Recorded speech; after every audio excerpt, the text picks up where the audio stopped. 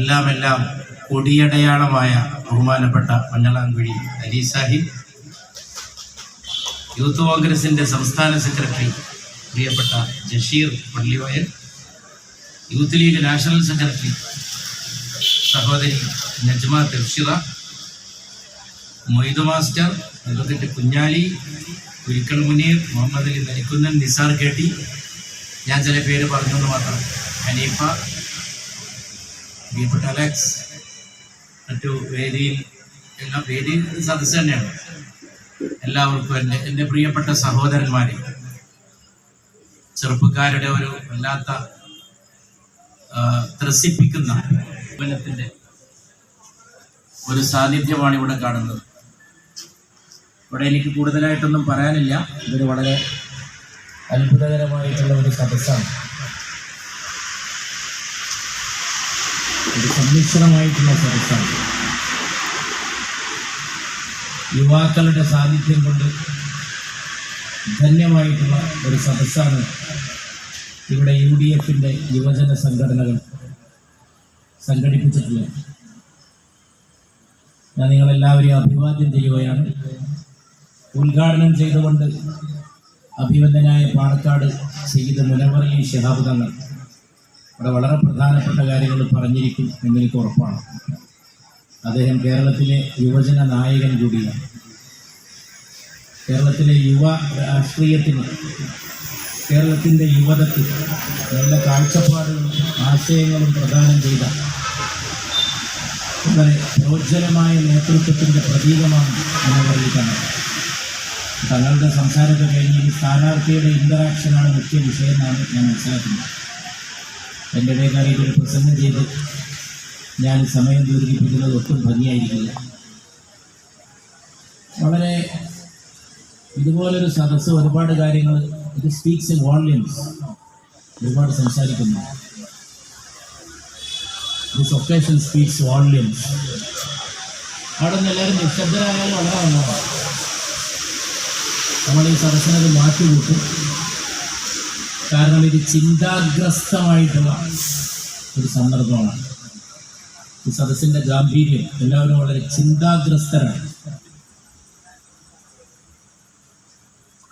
അത് ഇവിടെ മഞ്ഞളാംകുഴി അലി സാഹിബിനെ നല്ല ഭൂരിപക്ഷത്തോടെ തിരഞ്ഞെടുക്കുന്നതിനുള്ള പ്രവർത്തനങ്ങളുടെ ഭാഗമായിട്ടാണ് ഇത് സംഘടിപ്പിച്ചത്. അതുകൊണ്ട് കേരള രാഷ്ട്രീയത്തിൻ്റെ ഒരു പുതിയ ജാലകമാണ് നിങ്ങൾ തുറന്നിട്ടിരിക്കുന്നത്. ഈ സദസ്സിൽ നവകേരളത്തിൻ്റെ നിർമ്മിതിക്കുള്ള പുതിയ ആശയ സമ്പത്താണ് നിങ്ങൾ പ്രദാനം ചെയ്യുന്നത്.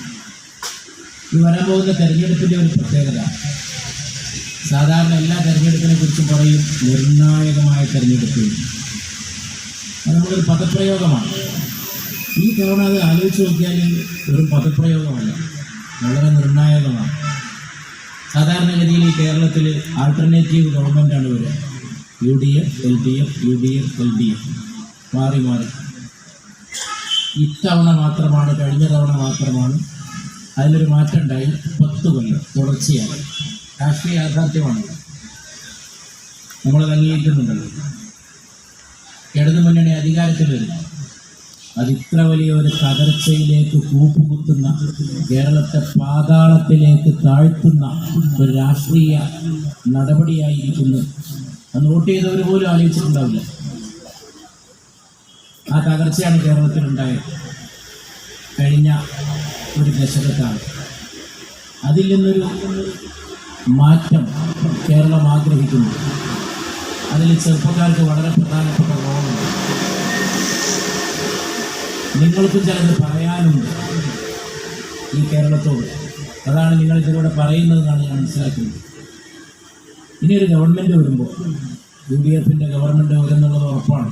അതിനുള്ള സന്നാഹങ്ങൾ വളരെ തകൃതിയായിട്ട് നടക്കുകയാണ്. കേരളം UDF-ൻ്റെ തരംഗത്തിലാണ്, അതിൻ്റെ ഒരു ത്രസിപ്പിലാണ്. അതിനുള്ള അന്തർദാഹമാണ് ആളുകൾക്ക്. മാറ്റം കൊണ്ടുവരാനുള്ള അന്തർദാഹം കേരളീയ സമൂഹത്തിൽ വളരെ പ്രകടമാണ്. ആ ഒരു ഗവൺമെൻറ് വരുമ്പോൾ ഒരുപാട് കാര്യങ്ങൾ അഡ്രസ്സ് ചെയ്യുമ്പോൾ അതിൽ മുഖ്യമായി അഡ്രസ്സ് ചെയ്യുന്നൊരു വിഷയം കേരളത്തിലെ യുവതയുടെ, യുവസമൂഹത്തിൻ്റെ പ്രശ്നങ്ങളാണ്. പൊളിറ്റിക്സ് എന്ന് പറയുന്നതിൻ്റെ അടകും പിടിയൊക്കെ മാറി, പണ്ടത്തെ മാതിരി. ഡെവലപ്മെന്റ് എന്ന വാക്കിന്റെ അളവും പിടിയും മാറി. പണ്ടത്തെ മാറി. പണ്ട് റോഡ് കെട്ടുക, തോടും പാലും ഉണ്ടാക്കുക, അതാണ് ഡെവലപ്മെന്റ്. എന്നതാണോ? 2030 വന്നാൽ കേരളത്തിൽ ഹൃദ്രോഗികളെക്കാൾ കൂടുതൽ വിഷാദ രോഗികളായിരിക്കുന്നു.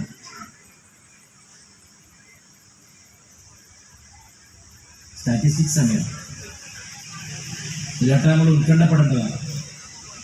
അല്ലാത്ത രോഗമാണ് ഈ ഡിപ്രഷൻ. എത്ര ഉണ്ട് ഇപ്പോൾ, എത്ര കാണാതെ. ഞാൻ ഈ അടുത്ത ദിവസം ഒരു സ്ഥലത്ത് പോയി, കോഴിക്കോട് ഒരു ഹാളിലേക്ക് എന്നെ കൊണ്ടുപോകണം. ആ ഹാളിൽ ലിഫ്റ്റ് ഉണ്ട്. അപ്പോൾ അതിൽ കൊണ്ടുപോകുന്നിടത്ത് എനിക്ക് വളരെ പരിചയമുള്ള ഒരാൾ നിൽക്കുന്നില്ല, ഒരു മുൻ അധ്യാപകനാണ്. അപ്പോൾ ഇത് എന്നെ കണ്ടപ്പോൾ ഒരു വളരെ സൗഹൃദത്തോടെ ഊഷ്മളതയോടെ പെരുമാറുന്ന ആളാണ്. വലിയ ഭാവമാറ്റമൊന്നുമില്ല, ചിരിയൊന്നുമില്ല. എന്നിങ്ങനെ നോക്കുന്ന ഇന്ന് സ്വീകരിക്കാമെന്ന് നിൽക്കുകയാണ്. ലിഫ്റ്റിലേക്ക് എന്നെ കൊണ്ടുപോകണം. ആ പരിഗണനക്ക് അദ്ദേഹത്തിന് എനിക്കെന്തോ തോന്നി. ഞാൻ വെറുതെ ചോദിച്ചു, എന്താ ഡാഷ് പേര് ഞാൻ അവിടെ പറഞ്ഞു, എന്ത് പറ്റി, എന്താ സുഖം ഞാൻ ചോദിച്ചു. എന്ത് പറ്റിയെന്ന് ചോദിച്ചില്ല. ആൾക്ക് വിഷമം ഉണ്ടാവുന്നില്ല. രോഗമുള്ളവരോടും നമ്മളങ്ങനെ ചോദിക്കരുതില്ല. രോഗം എന്തെങ്കിലും തോന്നിയാൽ സംശയിച്ചവർക്കുണ്ട്. നമ്മൾ സംശയം തെറ്റാണെങ്കിൽ എനിക്കൊരു രോഗമൊക്കെ ഉണ്ടായി, നമ്മൾ അറിയിക്കുകയുണ്ട്. വളരെ പരിക്കൻ രീതിയിലാണ് അദ്ദേഹം ചോദിക്കുന്നത്. സമയങ്ങളിൽ അന്വേഷിച്ചപ്പോൾ ആൾ ഡിപ്രസ്ഡാണ്. ഇതൊക്കെയാണ് കേരളം. അല്ലാതെ ഇവരീ പറഞ്ഞ സമ്മതികളാണ്. ഇതാണ് പുതിയ. പിന്നെ വേറൊന്നുണ്ട്, ഞാൻ അടുത്ത കാലത്തൊക്കെ പ്രസംഗിച്ചിട്ടുണ്ട്. ചെറുപ്പക്കാർക്ക് അത്ര കേൾക്കാൻ സുഖം ഉണ്ടാവുമെന്ന് എനിക്ക് തോന്നുന്നില്ല. ഈ ചെറുപ്പക്കാർ വിളിക്കുന്ന സദസ്സിനെ കുറിച്ചല്ല പറയുന്നത്. കഴിഞ്ഞ ഒരു കൊല്ലത്തിനിടയിൽ കേരളത്തിൽ മക്കൾ കൊന്ന മാതാക്കളുടെ കണക്കെടുക്കുന്നു. എൻ്റെ ഒരാവശ്യം, ഞാൻ ഈ മാതാപിതാക്കളുടെ കാര്യം അഡ്രസ്സ് ചെയ്യുന്ന ഒരു പൊതുപ്രവർത്തനം. ഒരു പൊതുപ്രവർത്തനത്തിൻ്റെ ഭാഗമായിട്ടൊന്ന് പറഞ്ഞുകൂടാ. ഒരു മനുഷ്യൻ എന്ന നിലയ്ക്ക്, അമ്മ പ്രസംഗം ചെയ്ത ഒരു മലയാളി എന്ന നിലയിൽ, എൻ്റെ അമ്മ പ്രസംഗമാണ് മലയാളികൾ ഏറ്റവും കൂടുതൽ കേട്ട പ്രഭാഷണം എന്നാണ് പറയപ്പെടുന്നത്. എല്ലാവരും അങ്ങനെയാണ് പറയുന്നത്. എത്രയോ സൈറ്റുകൾ വ്യാപകമായിട്ട് ആളുകൾ കേട്ടതാണ്. തൃശ്ശൂർ ജില്ലാ ലീഗ് പ്രസിഡന്റ് CA റഷീദ് എന്നോടൊരു അത്ഭുത കഥ പറഞ്ഞു കൊടുത്തു. ഒരാൾ ഒരു ഉസ്താദ് ഫോണിൽ സംസാരിച്ചപ്പോൾ റഷീദിനോട് ചോദിച്ചപ്പോൾ, ഈ ശബ്ദം ഞാനിവിടെ കേട്ടിട്ടുണ്ട്, നിങ്ങൾ അമ്മ പ്രസംഗത്തിൻ്റെ വേദിയിൽ സംസാരിച്ചിട്ടില്ലേ? അതാണ് അമ്മ പ്രസംഗത്തിൻ്റെ ഒരു സ്വാധീനം, ദൈവകാരുണ്യക്കാരൻ. റഷീദൊക്കെയാണ് സംഘടിപ്പിച്ചത് പ്രതാപൻ്റെ കൂടെ, PM പ്രതാപൻ്റെ കൂടെ.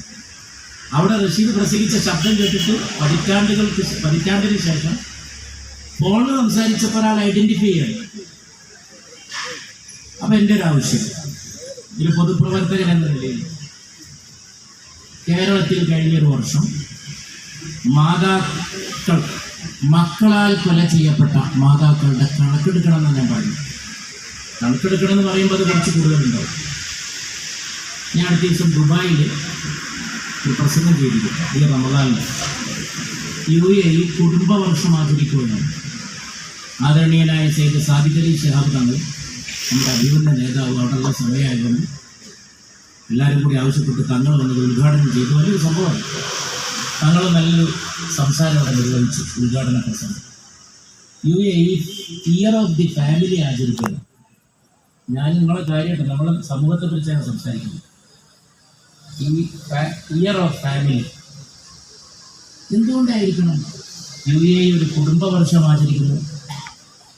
കല്യാണം വേണ്ടെന്ന് പറയുന്ന ആളും കൊണ്ടു ഇവിടെയും തുടങ്ങി. ഞാൻ രാജ്യസഭയിൽ അംഗമായിരുന്ന കാലത്ത് ഒരു പ്രശസ്ത നടി രാജ്യസഭയിൽ ഉണ്ടായിരുന്നു. അവർ ഇന്ത്യയിലെ ഏറ്റവും പ്രശസ്തനായ നടൻ്റെ സഹധർമ്മിണിയാണ്. പേര് ഞാൻ പറഞ്ഞു, ഏറ്റവും പ്രശസ്തനായ. ഇപ്പോഴും അവരുണ്ട്, രാജ്യസഭയിലുണ്ട്. അടുത്ത ദിവസം ഞാൻ അവരെ ഡൽഹിയിൽ വെച്ച് കണ്ടിരുന്നു. അവരുടെ പ്രസംഗം ഞാൻ കേട്ടിട്ടുണ്ട്. സോഷ്യൽ മീഡിയയിൽ ചെറിയൊരു വീഡിയോ കണ്ടു. എൻ്റെ പേരമകളോട് ഞാൻ പറഞ്ഞു, നീ വിവാഹം ചെയ്യേണ്ടത്. എന്ത് മെസ്സേജാണ് സമൂഹത്തിന് കൊടുക്കുന്നത്? എങ്ങോട്ടാണ് കൊണ്ടുപോകുന്നത്? മാനവരാശിയുടെ തകർച്ചയ്ക്ക് യുവസമൂഹത്തെ ഉപകരണമാക്കുന്ന അരാജകവാദികളെ തിരിച്ചറിയുന്ന രാഷ്ട്രീയമാണ് പിന്നീട് കാലത്ത് വളർന്നു വരുന്നത്. ഇതൊക്കെയാണ് പൊളിറ്റിക്സ്. Politics of anarchy. ആകെ കുളമ്പുണ്ട്, തകർക്കുക. വിവാഹബന്ധം എന്ന് പറഞ്ഞാൽ എന്താ സംഭവിക്കാൻ പോകും? ഞാൻ ചിലയിടത്ത് പറയാറുണ്ട്, ഞാൻ ചെയ്ത മുനവർ അലി ശിഹാബ് തങ്ങളുടെ എൻ്റെ ഒരു വല്ലാത്ത ഓർമ്മയാണ്. നിക്കാഹിൽ സംസാരിച്ചാണ്. ചെറുപ്പക്കാർക്ക് കൗതുകമുണ്ടായിരിക്കും. സംസാരിച്ചെന്നുള്ളത് മാത്രമല്ല, ആ സംസാരം തങ്ങളാണ് എന്നോട് പറഞ്ഞത്. അഭിവന്ദനായ കിനാവ് പോലും കിനാവ് കാണുന്ന സയ്യിദ് മുഹമ്മദ് അലി ശിഹാബ് തങ്ങൾ. ഞാൻ ചിലപ്പോൾ തങ്ങളെ കിനാവ് കാണാറുണ്ട്, ധാരാളമായിട്ട് കാണാറുണ്ട്. ഞാൻ പറഞ്ഞു, ഒരു 2-3 മാസത്തിനിടയ്ക്ക് ഒരു തവണ നിർബന്ധം. വല്ലാത്തൊരു അനുഭവമാണ് ജീവിച്ചിരിക്കുന്ന. ഞാൻ സ്വപ്നത്തിൻ്റെ മനഃശാസ്ത്രം ധാരാളം പഠിക്കാൻ ശ്രമിക്കുന്ന ഒരു വിദ്യാർത്ഥിയാണ്. സ്വപ്നത്തിൻ്റെ മനഃശാസ്ത്രം പലപ്പോഴും കാണും. അപ്പോൾ പല അനുഭവങ്ങളായിരിക്കും. അതിൽ ആകെ ഒരു സങ്കടമുള്ളൂ, ഉണരുമ്പോൾ മനസ്സിലാവും തങ്ങൾ ജീവിച്ചിരിക്കില്ല. അതുവരെ ഞാൻ ഹാപ്പി ആയിരിക്കും. കാരണം ജീവിച്ചിരിക്കുമ്പോഴേണത് അത്ര ക്ലിയറായ കിനാവായിരിക്കും, മങ്ങിയതല്ല. ഒക്കെ വല്ല പരിപാടിക്ക് പോയത് ഇരുന്നതും സംസാരിച്ചതും പുതിയ പുതിയ ആശയങ്ങളൊക്കെ പറയും. ചിലപ്പോൾ തന്നെ ഇരിക്കട്ടെ, ഞാൻ അങ്ങോട്ട് കടക്കുന്നില്ല. അതൊരു സ്വകാര്യ ലോകമാണ്. It is my private world, the doors of which I don't want to open, and it may not be healthy also to open such doors. അപ്പോൾ അതുകൊണ്ട് പ്രിയപ്പെട്ടവരെ, അപ്പോൾ ഞാൻ പറഞ്ഞുകൊണ്ട് വന്നത്, തങ്ങൾ ആ പ്രസംഗം കേട്ടു. റെക്കോർഡ് ചെയ്യാൻ പറഞ്ഞിട്ട് പിന്നെ തിരിച്ചു വന്നിട്ട് ആരെക്കൊണ്ടോ തങ്ങൾ കേൾപ്പിച്ചു. തങ്ങൾ കേട്ടു. ഞാൻ മുനവർ മോൻ്റെ നിക്കാഹിൽ നടത്തിയ എൻ്റെ സംസാരം, കല്യാണം 12 നിക്കാഹ് വേണം. ചരിത്രം പിന്നെ ഇങ്ങനെ ആവർത്തിച്ചു എന്നും കൂടി നിങ്ങളോട് ഞാൻ പറയാം. രസമായി. എൻ്റെ മകൻ്റെ നിക്കാഹിന് മുനവർ അലി ശിഹാബ് തങ്ങൾ പ്രഭാഷണം നടത്തി. History repeats itself. ചരിത്രം സ്വയം ആവർത്തിക്കുന്നു. ഞാൻ പറഞ്ഞുകൊണ്ട് വന്നത്, ഈ ഭൂമിയിൽ നമ്മൾ വന്നിരിക്കുന്നു അതിമനോഹരമായ ഈ ലോകം. പ്രിയപ്പെട്ട അലക്സ്, ഒരു കവിയുണ്ട്, आसमान तो देख सूरज को देख, मशरिक से उभरते हुए सूरज को जरा देख. ആദം, ആദ്യ മനുഷ്യൻ ഭൂമിയിലേക്ക് വന്നിട്ട് സ്വർഗത്തിൽ പതനം. ബൈബിളിൽ ഫാൾ എന്നാണ് പറയുന്നത്. ഫാൾ, പതനം. സ്വർഗത്തെ ഭൂമിയിലേക്കുള്ള ആദാമിൻ്റെ വരവിനെ ബിബ്ലിക്കലായിട്ട് പറയാം ഫാൾ എന്നാണ്. ഖുർആനിൽ സംഭവം ഭൂമിയിലെത്തി ആദം പിശാചിൻ്റെ പ്രേരണയ്ക്ക് വിധേയനായി സ്വർഗത്തിൽ ബഹിഷ്കരിക്കപ്പെട്ട് ഭൂമിയിൽ വരുന്നത് അത് പറയുന്നു. അപ്പോൾ ആദമിനോട് പറയുന്നതായിട്ടാണ് കവി എഴുതുന്നത്. കിഴക്ക് നോക്കിയിരിക്കുന്ന സൂര്യനും നോക്കും, ഇത്ര മനോഹരമാണ് ഈ ലോകം. നീ സ്വർഗത്തിലായിരുന്നു, പക്ഷെ ഭൂമിയിലെത്തിയില്ലേ. ഇനി നിനക്ക് പാർക്കാനുള്ളത് ഈ ഭുവനമാണ്. അപ്പം ഞാൻ പറയുന്നത്, ഈ ഭൂമിയിൽ നമ്മൾ വന്നിരിക്കുന്നു, മരിച്ചു പോകും. ഉറപ്പുള്ളൊരു കാര്യം ഇവിടെ പറഞ്ഞില്ല. ഈ ഭൂമിയിലേക്ക് നമ്മൾ വരാനിടയായതിൻ്റെ കാരണത്തെക്കുറിച്ചൊരു മിനിറ്റ് നിങ്ങൾ ധ്യാനം ചെയ്യുന്നു. ചെറുപ്പക്കാരായ കുട്ടികൾ, എങ്കിൽ നിങ്ങളുടെ മാതാപിതാക്കളുടെ വിവാഹ സന്ദർഭത്തെയാണ് നിങ്ങൾ ധ്യാനിക്കുന്നത്. നമ്മുടെ അപ്പയും നിക്കാഹ് ചെയ്ത നേരം അച്ഛനും അമ്മയും കല്യാണം കഴിച്ചു. ഏത് മതത്തിൽ ആചാരമൊക്കെ. ഞാൻ ക്രൈസ്തവ കല്യാണത്തിന് പോയി. ഒരുപാട് നേരം നിന്നിൻ്റെ കാല് കടങ്ങി. ഫാദർ ഇങ്ങനെ പറഞ്ഞ് ബൈബിളിങ്ങനെ പാരായണം ചെയ്ത്, ഞാൻ ഇവളെ അപ്പം കഴിപ്പിക്കും, ഞാൻ ഉടുക്കുന്ന ഉടുപ്പുകളെ ഉടുപ്പിക്കും. ഇതാണ് വിവാഹം. ഖുർആനിനെ കരാറിലാണ് വിളിക്കുന്നത്. എല്ലാ ബാധ്യതകളും തകർക്കണമെന്ന് പറയുന്ന നവലി വറൽ സംസ്കാരം നിങ്ങളുടെ വിവാഹത്തിനുള്ള അവകാശത്തെ തച്ചുടക്കുന്നു. മാരേജ് വേണ്ടാന്ന് പറയുന്നു. വലിയ കാര്യമായിട്ട് പറയത് ഇത് ഏറ്റവും വലിയ തകർച്ചല്ലേ. കുട്ടികളെ കല്യാണം കഴിക്കണ്ടെന്ന് പറഞ്ഞാൽ ഈ മാനവരാശി ബാക്കിയാവോ? ഷേക്സ്പിയർ പറക്കോ? കാളിദാസൻ, ഇനി ഒരു കാളിദാസൻ ഉണ്ടാവും, ഒരു എം ടി പറക്കോ? ഒരു മൈക്കലാഞ്ചലോ, ഒരു ബെത്തോവൻ, ഒരു രവീന്ദ്രനാഥ ടാഗോർ ഒക്കെ അവിടെ നിൽക്കട്ടെ. ഒരു യേശു, ഒരു മോശ, ഒരു കൃഷ്ണൻ, ഒരു ശ്രീരാമചന്ദ്രൻ, പ്രപഞ്ചകാരുണ്യമായ ഒരു തിരുനബി മുഹമ്മദ് നബി സല്ലല്ലാഹു അലൈഹി വസല്ലം, ആമിന ബീബിയുടെ, അബ്ദുള്ളയുടെ അവരല്ല, മാതാപിതാക്കളുടെ വിവാഹം എൻ്റെ ഒപ്പം നിക്കാഹിച്ചുകൊണ്ടാണ് കാരുണ്യവാനായ സർവശക്തൻ എന്നെ ഈ ഭൂമിയിലേക്ക് എനിക്ക് വരാനൊരു വഴി തുറന്നു. അതുപോലും എടുത്തു കളയെന്ന് പറയുന്ന നവസംസ്കാരം, അത് സംസ്കാരമല്ല, അത് അപസംസ്കാരമാണ്. അത് നിർമ്മാണമല്ല, അപനിർമ്മിതിയാണ്. It is not construction, it is deconstruction. അത് കൺസ്ട്രക്ഷൻ അല്ല, ഇറ്റ് ഈസ് ഡീകൺസ്ട്രക്ഷൻ, അപനിർമ്മിതിയാണ്. ഇതൊക്കെയാണ് നാട്ടിൽ നടത്തുന്നത്. അതിൻ്റെ ഇടയിലാണ് ബാംഗ്ലൂരിലേക്ക്, ഇതൊക്കെ എന്താ രാഷ്ട്രീയം? ഇതൊക്കെ രാഷ്ട്രീയമാണ്. ഈ കഴിഞ്ഞ കാലത്തെ കേരള ഭരണത്തിൻ്റെ ഇടയിൽ ഇവിടെ ഉണ്ടാക്കാൻ ശ്രമിച്ച വിദ്യാഭ്യാസം, ഇവിടെ സൃഷ്ടിക്കാൻ ശ്രമിച്ച ക്യാമ്പസ്, ഇതിലൊക്കെ ഇതുണ്ട്, ഈ വക കാര്യങ്ങളുണ്ട്. കേരളത്തിൽ ഒരു ചെറുപ്പക്കാരൻ നടത്തിയ ആത്മഹത്യ, ഞാൻ അവസാനിപ്പിക്കാൻ പറ്റാം, അതുകൊണ്ട് ഞാൻ നീണ്ടൊരു സംസാരം നടത്തുന്നു. കേരളത്തിലൊരു ചെറുപ്പക്കാരൻ ആത്മഹത്യ,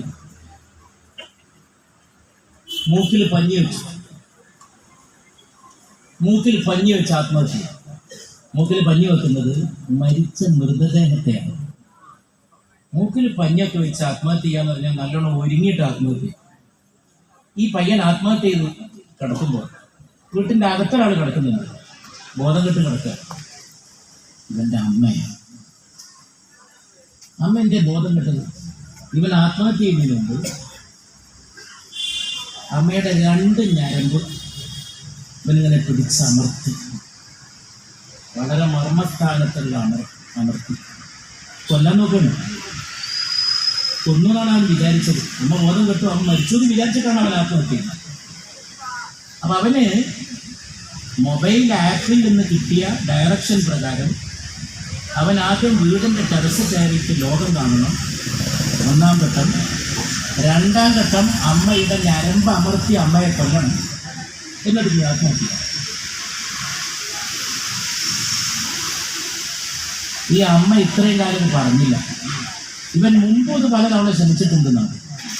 അപ്പോൾ ഒരു ഭാഗത്ത് ഡ്രഗ്, മറുഭാഗത്ത് മാതാവിനെ കൊല്ലാൻ കത്തി മൂർച്ച കൂട്ടുന്ന മക്കളുടെ മനസ്സ്. ഈ യൗവനം പൗരസ്ത്യ സംസ്കാരത്തിന്റെ സുഹൃതങ്ങളെ പോലും നഷ്ടപ്പെടുത്തുന്ന മൂല്യരാഹിത്യത്തിന്റെ കൊടുങ്കാറ്റ് ആഞ്ഞു വീശുമ്പോൾ പുതിയ രാഷ്ട്രീയം കൊണ്ട് അതിനെ ചെറുക്കണം. രാഷ്ട്രീയ സംസ്കാരം കൊണ്ട് ചെറുക്കണം. ഈ യുദ്ധത്തെ ചെറുക്കണം രാഷ്ട്രീയം കൊണ്ട്. ഞാനിങ്ങോട്ട് വരുന്ന പല സ്ഥലത്തും ചായക്കട കൂട്ടിയിട്ടുണ്ട്. എന്നോട് എൻ്റെ കൂടെ ഉള്ളവർ കഴിഞ്ഞ ദിവസം പറഞ്ഞു, ഇവിടെ ഒന്നും ചായക്കടയില്ല. അപ്പോഴാണ് ഞാൻ എൻ്റെ കൂടെ ഉള്ളവർ പറഞ്ഞു, ഒരു ചായക്കട കൂട്ടിയാൽ അടുത്ത ചായക്കടയിൽ പോയി നമുക്ക് ചായ കിട്ടാം. പക്ഷെ ആ കൂട്ടിയ ചായക്കടയെ ആശ്രയിക്കുന്ന കുടുംബം അത് പട്ടിണിയാണ്. ഇതിലേക്ക് നയിച്ചത് പാചകവാതക ക്ഷാമമാണ്, യുദ്ധത്തിൻ്റെ ബാക്കി പത്രമാണ്. യുദ്ധം രാഷ്ട്രീയമാണ്, യുദ്ധം രാഷ്ട്രീയമാണ്, യുദ്ധരാഹിത്യവും രാഷ്ട്രീയമാണ്. കേന്ദ്രത്തിൽ നിന്ന് ഒരു കോൺഗ്രസിനെ ഇറക്കിയിട്ടുണ്ട്. അതും പറയണല്ലോ, നമ്മൾ ഇടതുപക്ഷത്തിനെതിരെ മാത്രമല്ല മത്സരിക്കുന്നത്, കേന്ദ്രം ഭരിക്കുന്നവർക്കെതിരെയാണ് നമ്മൾ മത്സരിക്കുന്നത്. ഇതൊക്കെ ഏകദേശം ഒരേപോലെ എന്നാണ് നമുക്ക് മനസ്സിലാകുന്നത്. പകരത്തിൽ അതാണ് നമ്മൾ പറഞ്ഞു, ഒരേ തൂവൽ പക്ഷികളാണെന്നാണ് നമ്മൾ കാണുന്നത്. ഞാൻ ഈ പാർലമെന്റ് സമ്മേളനത്തിൽ, ഇപ്പോൾ നടത്തിയ പാർലമെന്റ് സമ്മേളനം, നാളെ മറ്റന്നാളും സമ്മേളനം വെച്ചിരുന്നു. ശനി ഞായർ ആദ്യമായിട്ട് ശനി ഞായർ ഒരു പുതിയ ബില്ല് കൊണ്ടുവരാൻ. അത് പ്രതിപക്ഷം ആവശ്യപ്പെട്ട് മാറ്റിവെച്ചുകൊണ്ടാണ്. അതെന്താ? പലതും കൊണ്ടുവരാൻ ശ്രമിക്കുന്നുണ്ട്. വനിതാ സംവരണം എന്നൊക്കെ പറഞ്ഞിട്ട് അവരുടെ ഇഷ്ടത്തിന് അവരുടേതായ രീതിയിൽ പല ലിമിറ്റേഷൻ മണ്ഡലം മാറുന്നതൊക്കെ അവിടെ നിൽക്കട്ടെ. ഞാൻ ഈ പാർലമെന്റ് സമ്മേളനത്തിൽ ഈ യുദ്ധത്തിന്റെ കാര്യത്തിൽ 3 കാര്യം ആവശ്യപ്പെട്ടു. ഒന്ന്, ഇന്ത്യക്കാരെ പ്രവാസികളെ രക്ഷിക്കണം, സുരക്ഷാ നടപടിയാണ്. 2, യുദ്ധം അവസാനിപ്പിക്കാൻ ഇന്ത്യ ഗവൺമെന്റ് ഇടപെടണം. വെറുതെ ഒന്ന് ആലോചിച്ചോ സാർ, കോൺഗ്രസ് ആയിരുന്നു ഇന്ത്യ ഭരിച്ചിരുന്നെങ്കിലോ, നെഹ്റു ആയിരുന്നെങ്കിലോ. നെഹ്റു ഒരു വ്യക്തിയാണ്, നെഹ്റു ഒരു പ്രതിഭാസമാണ്, നെഹ്റു ഒരു ആശയമാണ്. അതുകൊണ്ടാണ് നമ്മൾ നെഹ്റുവിയൻ പൊളിറ്റിക്സ് എന്ന് പറയുന്നത്, നെഹ്റുവിയൻ രാഷ്ട്രീയം. നെഹ്റു ആണ് ചേരിചേരായ്മ പഠിപ്പിച്ചത് ലോകത്തെ തന്നെ. ഒരു ചേരിയിലും നിൽക്കരുത്. അങ്ങനെ ആയിരുന്നെങ്കിൽ നെഹ്റു ഇപ്പം എന്ത് ചെയ്യായിരുന്നു? മധ്യപൗരസ്ത്യ ദേശത്ത് ഇന്ത്യ ഇടപെടുമായിരുന്നു, ഇന്ത്യയുടെ ശബ്ദം ലോകം ശ്രദ്ധിക്കുമായിരുന്നു, യുദ്ധം അവസാനിപ്പിക്കാൻ ഇന്ത്യ മധ്യസ്ഥം വഹിക്കുമായിരുന്നു. അപ്പം അതല്ല, അതിന് വിപരീതമാണ്. അപ്പോൾ 3ാമത് ഞാൻ ആവശ്യപ്പെട്ടത്, ഹോർമൂസ് കടലിടുക്ക് അടച്ചത് കൊണ്ടാണെങ്കിൽ ഹോർമൂസ് ഇതര മേഖലകളിൽ നിന്ന് ഗ്യാസ് വാങ്ങണമെന്നാണ്. ഇപ്പം ചായക്കട കൂട്ടാതെ നോക്കാം, ഇത് ഇവിടുന്നും പോകും ദുരിതം. അപ്പം ആ യുദ്ധം എവിടെ ഉണ്ടാവണം? ഇതൊക്കെ ഒരേ കൂട്ടമാണ്. ഒരുത്തൻ്റെ തലയിൽ എന്തെങ്കിലും കയറിയാൽ അയാൾ യുദ്ധം തുടങ്ങും. പാവങ്ങളുടെ നെഞ്ചത്ത് ബോംബിടും. ഇറാന്റെ മേലെ അമേരിക്കയും ഇസ്രയേലും അടിച്ചേൽപ്പിച്ച യുദ്ധത്തെ നാം ശക്തമായി അപലപിക്കുകയാണ്. ലോകരാഷ്ട്രീയത്തിന്റെ ഈ പാഠം നമ്മൾ പഠിച്ച് സമാധാനത്തിലേക്ക് ലോകത്തെ കൊണ്ടുപോകാനുള്ള ശാന്തിയോടൊപ്പം നമ്മൾ നിലകൊള്ളുകയാണ്. ഇതൊക്കെയാണ് ഇന്നത്തെ ലോകത്തേക്ക് തുറന്നു നോക്കുമ്പോൾ കാണാൻ. ഇതിനൊക്കെ ഒരു മാറ്റം വരണം, ആളുകളെ ചേർത്ത് പിടിക്കണം. അതോടൊപ്പം നമ്മുടെ നാട്ടിലൊക്കെ പുതിയ പ്രതിസന്ധി ഉണ്ടാവും. ഇത് ചെറുപ്പക്കാർ വളരെ പെട്ടെന്ന് മരിക്കുന്നുണ്ട്. ഇത് യുവാക്കളുടെ ഒരു യോഗമാണ്, നിങ്ങൾ ശ്രദ്ധിച്ചിട്ടില്ല. ഡെത്ത് റേറ്റ് ഇന്ന് ഏറ്റവും കൂടുതൽ ചെറുപ്പക്കാർക്കിടയിൽ. ഒരു 60-70 കടന്നവർക്ക് മരണത്തെപ്പറ്റി ആശങ്ക വേണ്ടാണ്. ആയുസ് അങ്ങനെ പോയിക്കൊണ്ടും മരുന്നും ചികിത്സയൊക്കെ ഉണ്ടെങ്കിൽ ചെറുപ്പക്കാരെന്താ ചിരിക്കും? 60-70 കടന്നവർക്ക് ആശങ്ക വേണ്ടെന്ന് പറഞ്ഞാൽ ഒരു സുഖമോ അസുഖമോ. അപ്പൊ അതുകൊണ്ട് എൽഡർലി വലിയ കുഴപ്പമില്ല. എന്നാൽ എൽഡർലിയെയും മാനിക്കാത്തവരാണ് കേന്ദ്രം. റെയിൽവേയിലെ കൺസെഷൻ എടുത്തുകൾ മുതിർന്നവർക്ക് നോക്കൂ നിങ്ങൾ. ഇങ്ങനെയൊക്കെയാണ് സ്ഥിതി. അപ്പം ഞാൻ പറഞ്ഞുകൊണ്ട് വരുന്നത്, ചെറുപ്പക്കാർ പെട്ടെന്ന് മരിക്കും. മിനിഞ്ഞാന്ന് ഞാൻ ഒരു മരണ വീട്ടിൽ പോയി. ഓട്ടോറിക്ഷ ഓടിക്കുമ്പോഴാണ് ഒരു ചെറുപ്പക്കാരൻ മരണപ്പെട്ടത്. കൈ കുഴഞ്ഞു ചന്ദ്രൻകുളത്ത്. ഓട്ടോറിക്ഷ ഓടിക്കുന്നതിനിടയിൽ കൈ ബലം പോയി പെട്ടെന്ന് മരിച്ചു. എന്നോട് CM പറഞ്ഞു, നമ്മൾ ആശുപത്രിയിൽ കൊണ്ടുപോയില്ല, അതുകൊണ്ട് പോസ്റ്റ്മോർട്ടം എഴുതാം. ഇതൊന്ന് വ്യാപകമാണ്. ഞാൻ ഈ ലോക്സഭയിൽ ഈ വിഷയം അവതരിപ്പിച്ചിരുന്നു. ഇന്ത്യ ഗവൺമെൻറ് പഠിക്കണം. കോവിഡാണോ, കോവിഡാനന്തര കാരണങ്ങളാണോ? Nobody is bothered. ഒരു അന്വേഷണം നടക്കില്ല ഇത്തരം കാര്യങ്ങളെക്കുറിച്ച്. കോവിഡിൻ്റെ വാക്സിനേഷനാണോ? എന്നാൽ പിന്നെ ഖിയാമത്ത് നാൾ വരെ അതിനെക്കുറിച്ച് അന്വേഷണം നടക്കില്ല. ലോകകുപ്തതകളുടെ ഒരു ലോകമാണ്, അതിലേക്കാരും നടക്കില്ല, ഒരന്വേഷണം നടക്കില്ല. ഇതൊക്കെ നമ്മുടെ അവകാശമാണ്. അതുകൊണ്ട് യൗവനത്തെ സംരക്ഷിക്കണം. പുതിയ രാഷ്ട്രീയം ഉണ്ടാവും. ചെറുപ്പക്കാരെ വർഗീയതയ്ക്ക് കരുവാക്കുന്നു, അതിനെ തടുക്കണം. ഇതിനൊക്കെ നമുക്ക് സാധിക്കട്ടെ. ചെറുപ്പക്കാർ മുന്നണിയിൽ ഇറങ്ങട്ടെ, പോരാട്ട വീര്യം പ്രകടമാകട്ടെ എന്ന് ഞാൻ ആശംസിക്കുന്നു. അലി സാഹിബ്, ഞാൻ ഈ പറഞ്ഞ ആശയങ്ങളുടെ ഒക്കെ ഒരു പ്രതീകമാണ്, ഒരു കൊടിയടയാളമാണ്.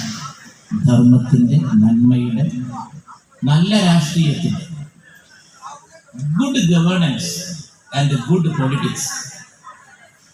അതിനെ നിലനിൽക്കുള്ളൂ. കച്ചിയും പിടിയും പരിക്കൻ രീതികളും ഇതൊന്നും ഇനി നിലനിൽക്കില്ല. ഇനിയുള്ളത് സാന്ത്വനത്തിൻ്റെ രാഷ്ട്രീയം, തലോടുന്ന രാഷ്ട്രീയം. മങ്കടക്കാർക്കത് സുപരിചിതമാണ്. ജനപ്രതിനിധി എന്ന നിലയിലും സ്വന്തം നിലയിലും ജനങ്ങൾക്ക് വേണ്ട സാന്ത്വനവും സമാശ്വാസവും നൽകിയിട്ടുള്ള ഒരു സ്ഥാനാർത്ഥിയാണ് ഇവിടെ മത്സരിക്കുന്നത്. സമാശ്വാസം, ചേർത്ത് പിടിക്കൂ, കൂടെ ചേർക്കൂ, തലോടൂ തലോടൂ. അല്ലാതെ അങ്ങോട്ട് ചെല്ലുമ്പോഴേക്ക് അല്ലെങ്കിൽ വേറെ രീതിയിൽ പാരുഷ്യമുള്ള രാഷ്ട്രീയം വാക്ക് അവധി അറിയില്ല. ഒരുപോലെയുള്ളവർ സംസാരിക്കുന്നത്. ആരെങ്കിലും എന്തെങ്കിലും ഒരു പറഞ്ഞാൽ, ആരെങ്കിലും എന്തെങ്കിലും ചോദിച്ചാൽ അതിൻ്റെയൊക്കെ കാലം പോയി അത് കാലഹരണപ്പെട്ടിരിക്കുന്നു. ഇനി മനുഷ്യൻ്റെ രാഷ്ട്രീയം, മനുഷ്യൻ്റെ ദുഃഖങ്ങളെ ഉണർത്തുന്ന, അതിനെ ഉറക്കുന്ന, ആശ്വസിപ്പിക്കുന്ന, കുളിർകാറ്റായി വരുന്ന രാഷ്ട്രീയമാണ് UDYFിൻ്റെ മംഗളമണ്ഡലത്തിലെ ഈ സംഗമം, ഈ ഗെറ്റുഗതർ. അത്തരം കാര്യങ്ങളുടെ ഒരു സഹൃദയ സംവാദമാകട്ടെ എന്ന് ആശംസിച്ചുകൊണ്ട് നന്മ നിറഞ്ഞ നാളുകൾ ഇന്നും തിരിച്ചു വരട്ടെ എന്ന് പ്രത്യാശിച്ചുകൊണ്ട് നമ്മുടെ നാട് സ്വർഗമാകട്ടെ. സ്വപ്നങ്ങൾ അലങ്കരിക്കും നമ്മുടെ വീട് കണ്ടു സ്വർഗം നാടിക്കുന്നു. പഴയ പാട്ടാണ്. അങ്ങനെയൊക്കെ ഇരുന്ന് പണ്ട് എല്ലാവരും ഇന്നത്തെ മാതിരി ഇന്ന് 1-2 ഇലക്ഷൻ സോങ് കേട്ടപ്പോൾ ഞാൻ പറഞ്ഞതിൻ്റെ കൂടെയുള്ളവരോട് ഈ സംഗീതം ഒന്ന് മാറ്റിട്ടാണ്. ബാക്കിയൊക്കെ സംഗീതം അടിച്ചു പൊളിച്ച് നശിപ്പിച്ച് അതിനൊക്കെ എതിരുള്ള ഒരു സാധനം വരട്ടെ. വാക്കുപോലും മാറ്റി തകർത്തടാന്നാണ് പറയാം. നന്നായാൽ നമ്മളെ ചെറുപ്പത്തിൽ തകർത്തു എന്ന് പറഞ്ഞാൽ നശിപ്പിച്ചു എന്നാണ് അർത്ഥം. അടിച്ച് പൊളിയടാന്നാണ് പറയാം. പൊളിക്കുക എന്ന് പറഞ്ഞാൽ നാശാക്കെന്നാണ് അർത്ഥം. ചിലരൊക്കെ എൻ്റെ പ്രസംഗത്തിന്റെ ചോട്ട് എഴുതും കമന്റ് സമദാനി പൊളി. സമദാനി പൊളിയല്ല. അപ്പൊ ഇവർ നിഘണ്ടു മാറ്റും, ഭാഷയെ മാറ്റും. അതിൽ ഞാൻ വേദനിക്കും. ഭാഷയെ മാറ്റും. ഭാഷ പഴയ മാതിരി നിൽക്കണം. അത് പണ്ടുണ്ടായിരുന്ന ഒരു സമയം. സ്വപ്നങ്ങൾ അലങ്കരിക്കും. സ്വപ്നങ്ങൾ ഉണ്ടാവട്ടെ ചെറുപ്പക്കാർ. നമ്മുടെ വീട് കണ്ട് സ്വർഗം നാടിക്കുന്നു എന്നും സ്വർഗം നാടിക്കുന്നു. അത് സ്വപ്നങ്ങൾ അലങ്കരിക്കും നമ്മുടെ വീട് കണ്ട്. ഞാൻ ചെറിയ മാറ്റം പറഞ്ഞു. സ്വപ്നങ്ങൾ അലങ്കരിക്കും നമ്മുടെ നാട് കണ്ട് സ്വർഗം നാടിക്കുന്നു.